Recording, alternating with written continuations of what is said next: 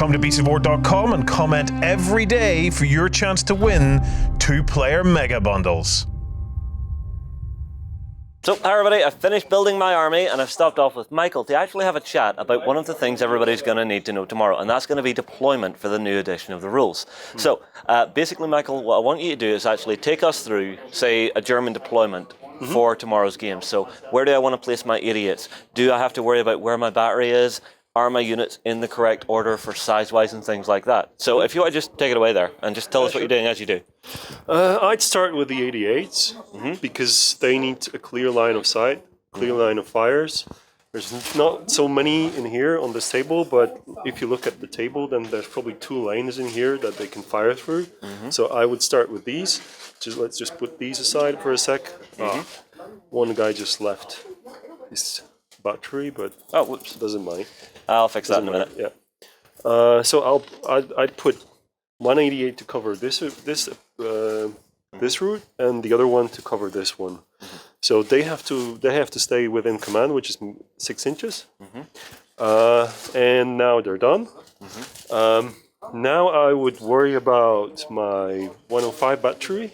I would put it somewhere that maybe the enemy can't see them so easily. So I would either put them in a patch of woods. Let's stick it back on. Maybe one of them has to be sticking out because they have to see their targets at some point. But still, even if they're all hidden in the patch of woods, then the commanders can still spot for them. So let's put them in a patch of woods.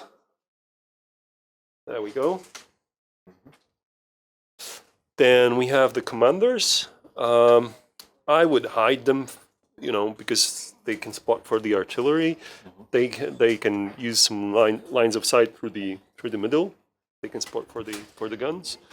Then I would go with the Panzer IIIs. Now, I assume we're keeping these all the same type of Panzer IIIs. I know I built one with the long barrel. Yeah, true. But yeah, we've built them whatever we wanted them to be, but still we will use them as the short-barreled ones.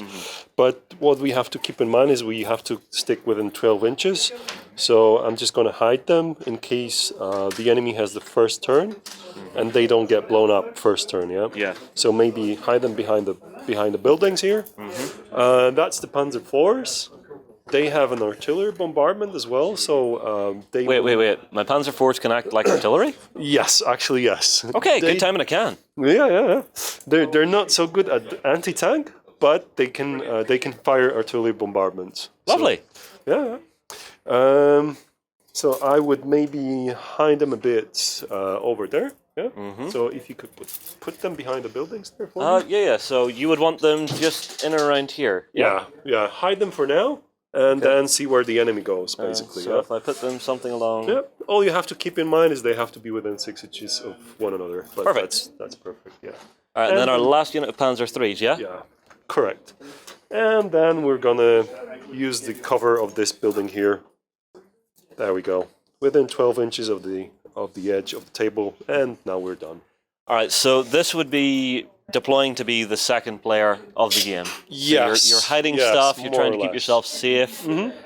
But, I mean, I understand what you're doing with the idiots, because right down here, that's a big fire lane that is now covered with something incredibly scary. Yes. I mean, your command tank's in the middle. You have a feeling that they might come through the middle to actually go, okay, they can spot for the artillery. Yes, correct. And now we're raining death on your head. The other stuff, it's frontline units that are just going to be in, bashing stuff and having a good time, yeah? Yeah. All right, well, thank you very much. Yeah, no worries. Thank you. All right, well, guys, that's how you deploy your German forces. I'm going to pass over to John here, and you can have a look at how to deploy the Brits.